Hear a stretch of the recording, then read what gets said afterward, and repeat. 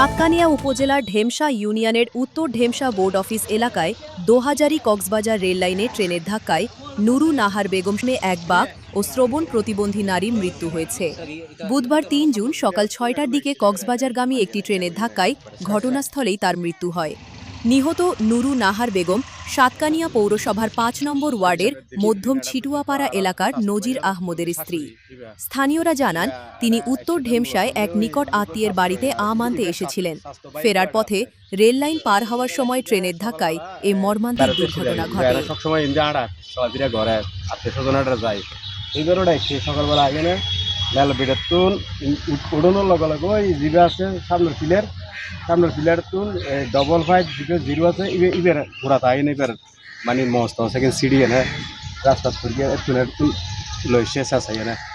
এরপরে সকাল পর্যন্ত লাশ নিউজ দিয়ে প্রশাসন আইব আইনের পরে রেলওয়ের যারা ট্রেন কত ক্লাসি তার আইব আইনের পরে লাশ যেভাবে ইয়া করার পরে ও প্রতিবন্ধী মানুষ আছিল মানে বোবা আছিল এবং অলদি হানা সম্পূর্ণ একটু ইয়া আছিল ওর বাড়ি হঠাৎ তোর গেছে বাড়ি অলদি সিটোফারা সিটোফারা অলদি মেন ইয়া আছে বিস্কান আর কি সিটোফারা বিস্কান 5 নম্বর ওয়ার্ড